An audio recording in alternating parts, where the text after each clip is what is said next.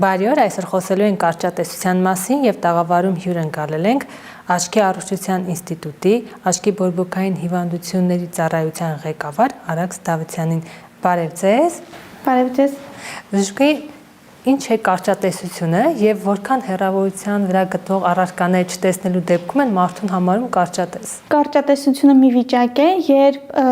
պացիենտները տեսնում են առարկաները որոշակի հեռավորության վրա։ Ընդ որում համարվում է, որ նորման անվերջությունից եկող առարկաները մենք կարող ենք տեսնել, լույսը ընկնում է այսպես կոչված անվերջությունից, իսկ կարճատեսների դեպքում իրենք տեսնում են սահմանափակ տարածության վրա։ Կոնկրետ թե ինչ հեռավորության վրա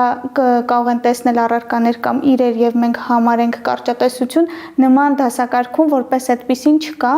եւ ինչքան էլ տարօրինակ կհնչի, կարող է օրինակ -1 կարճատեսության պացիենտը եւ -3 կարճատեսության պացիենտը ունենալ լրիվ նույն տեսողությունը։ Բայց ինչու՞։ Դա պայմանավորված է նրանով, թե ինչպես է օրգանիզմը հաղթահարում այդ կարճատեսությունը իր ֆունկցիաների, կարողությունների շնորհիվ։ Կարճատեսությունը հիմնականում զարգանում է դեռահասների մոտ։ Ոչ, այդպես մարդիկ կարող են ծնվել հատկապես բարձր կարճատեսություն ունեցող մարդիկ ծնվում են արդեն կարճատես, բայց այո, այն կարող է զարգանալ նաև դեռահասության տարիքում, մինչև դեռահաս տարիքը եւ այլն։ Կարճատեսության դեպքում աչքի չափերը սովորականից մի փոքր մեծ կարող են լինել, ուստի երբ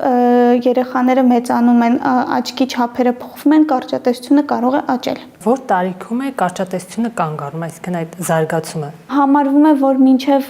18-19 տարեկան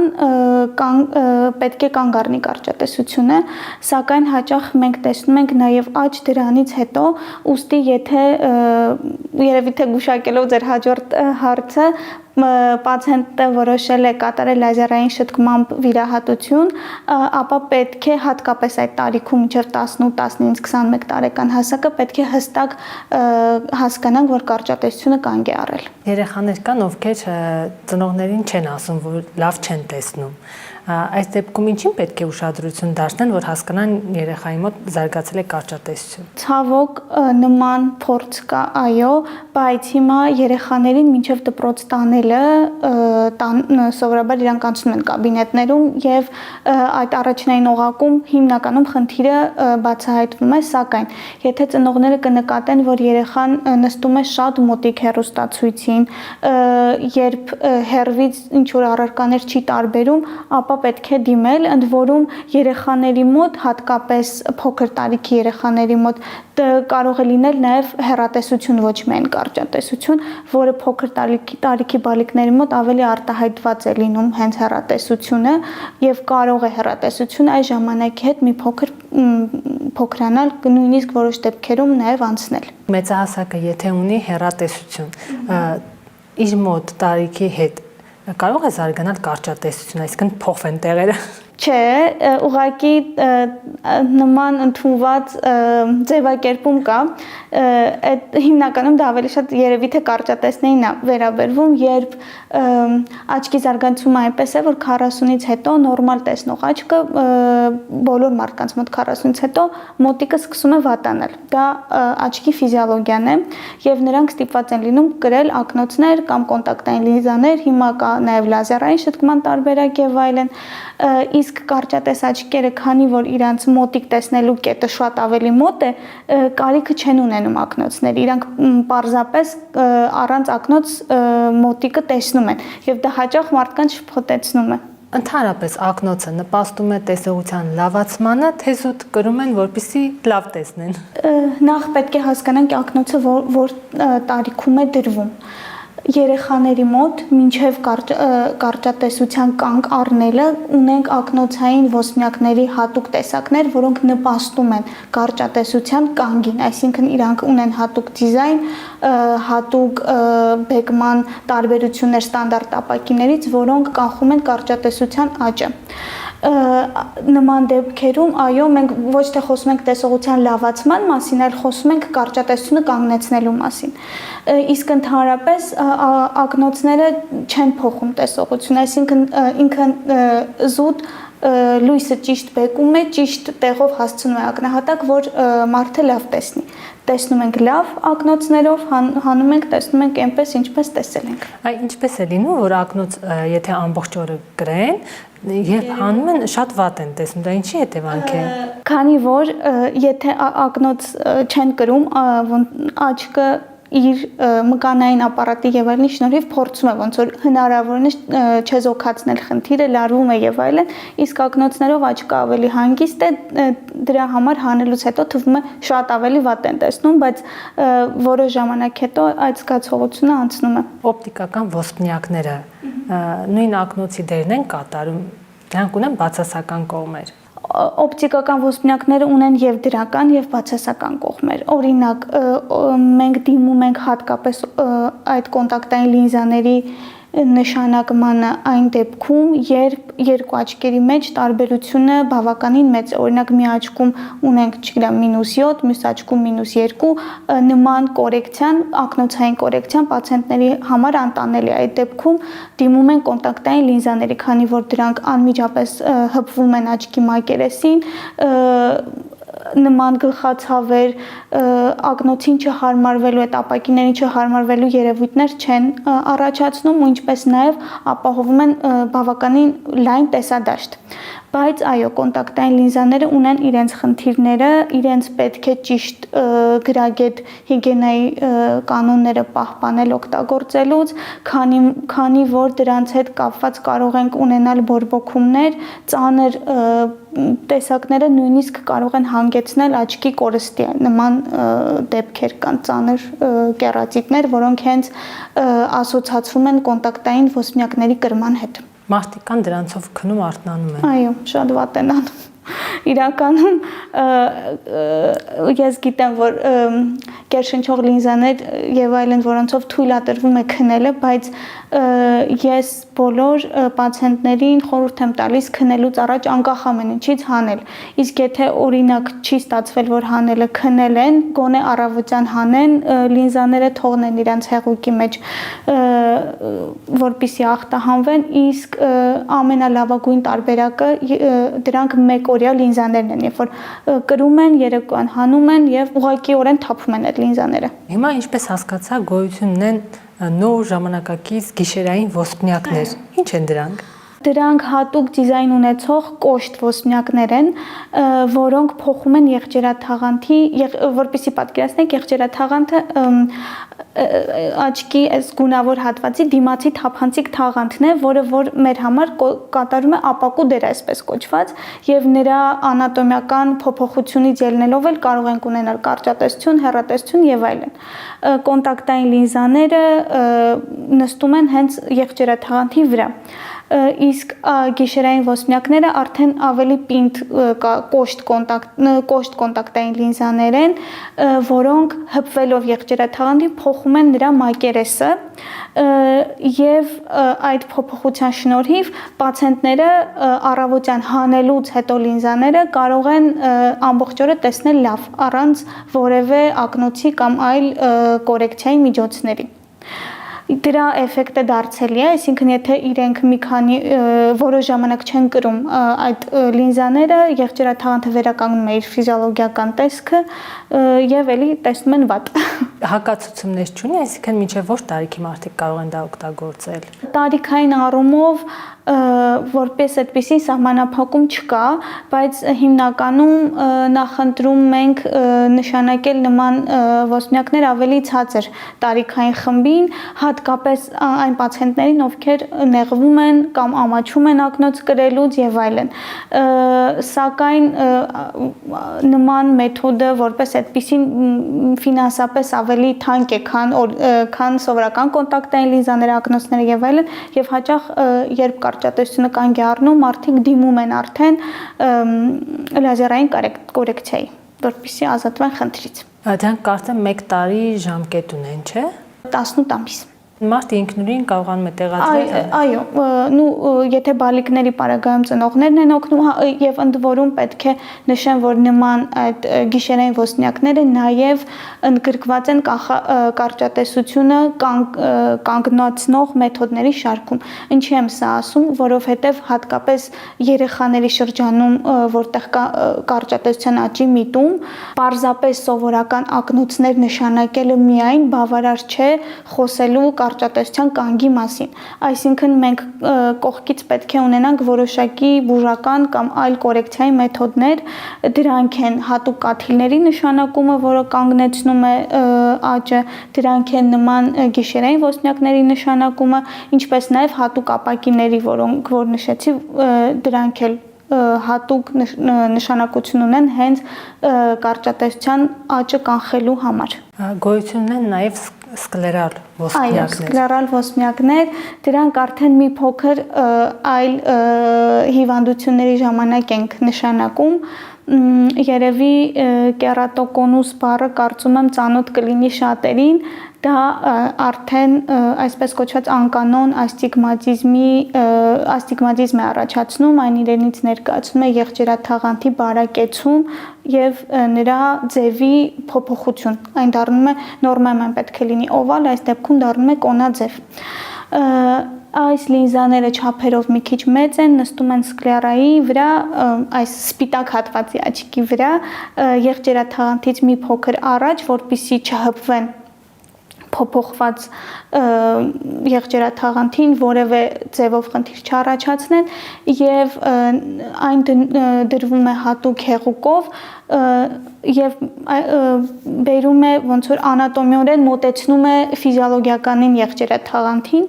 դրանով ապահովելով բարձր տեսողություն նման պացիենտների մոտ, ընդ որում բացի կերատոկոնուսից այն կարելի է նշանակել եղջերաթաղանթի տարբեր սպիեր ունեցող մարդկանց, դա հատկապես ծանոթ է նրանց, ովքեր երբևէ ունեցել են օրինակ եղջերաթաղանթի հերպետիկ ախտահարում կամ այլ ինֆեկցիոն ծագման հիվանդություններ, որոնք ավարտվել են սպիի առաջացմամբ։ Երբեմն լազերային կորեկցիայից հետո կարող ենք ունենալ եղջերաթաղանթի էկտազիաներ, այսինքն բարակեցումներ, այդ դեպքում նույնպես կարելի է նշանակել սկլերալ լինզաներ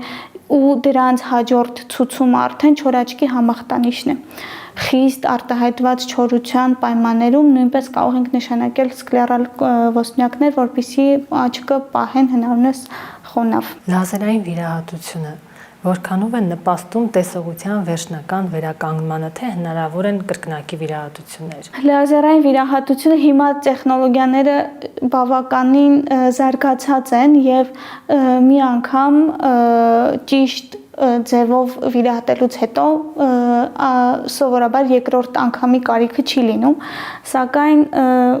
կա այսպես կոչված ուղեղային հիշողություն, երբ համարվում է, որ ուղեղը հիշում է վատ տեսնելը, երբեմն երկրորդ անգամ աճելը հաճախ կապվում է դրա հետ, բայց կրկնում եմ, որ լազերային կորեկցիա դիմելուց առաջ, հատկապես երիտասարդ պացիենտների մոտ պետք է հստակ տեսնել, որ կարճատեսության աճ մենք չունենք, որովհետև եթե կա միտում կարճատեսության աճի, ապա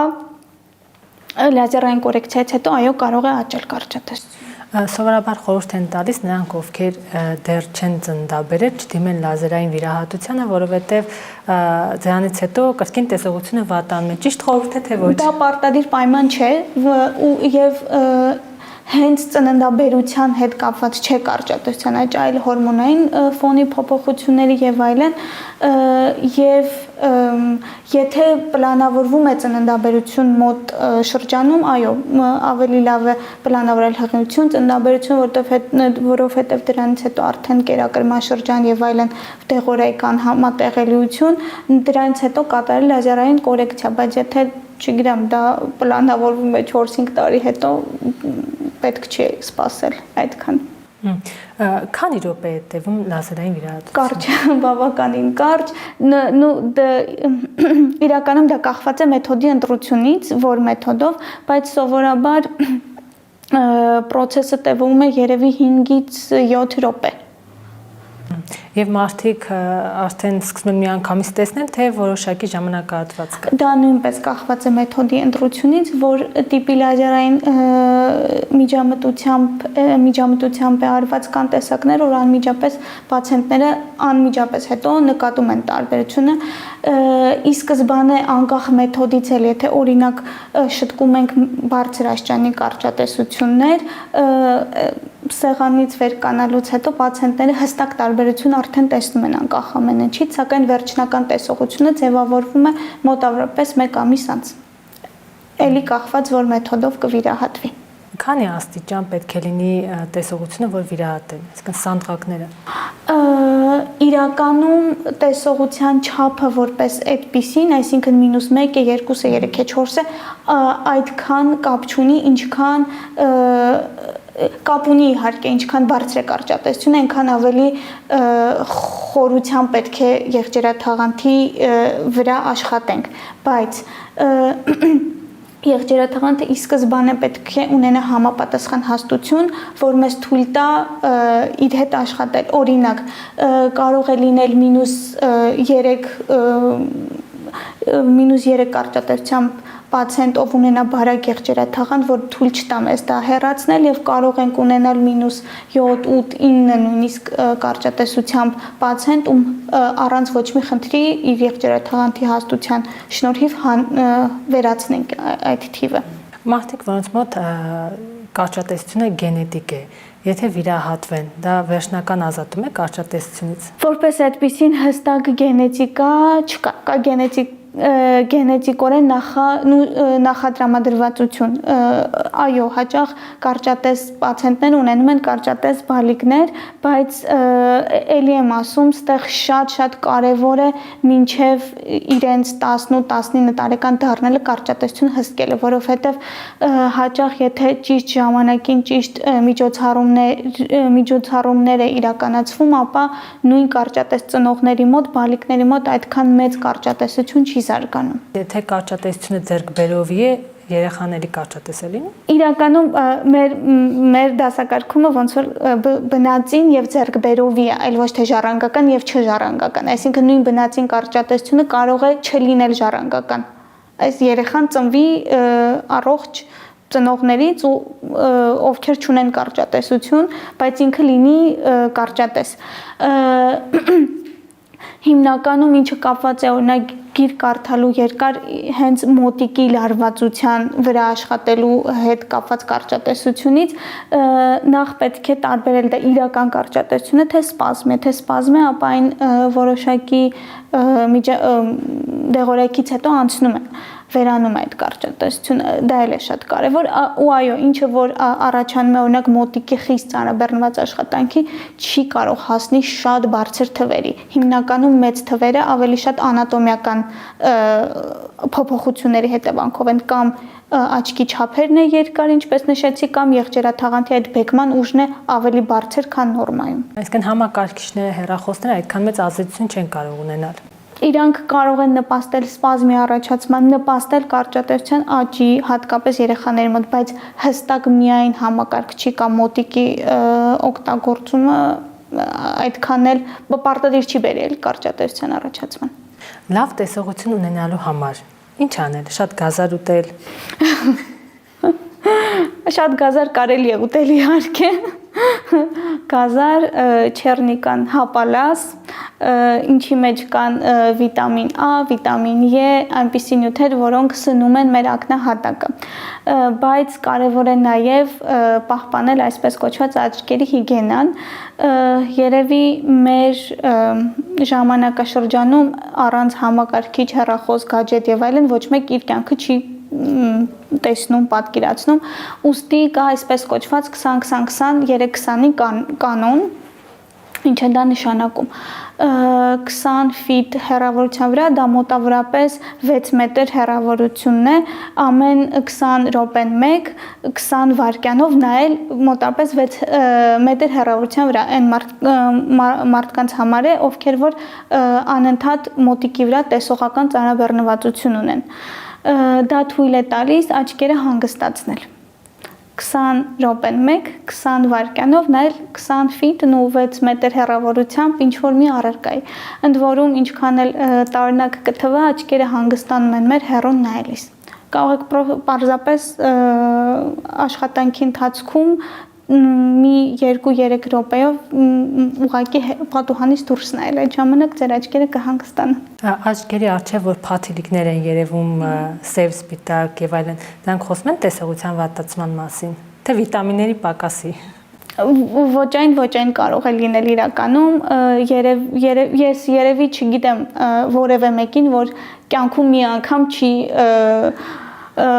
տեսել նման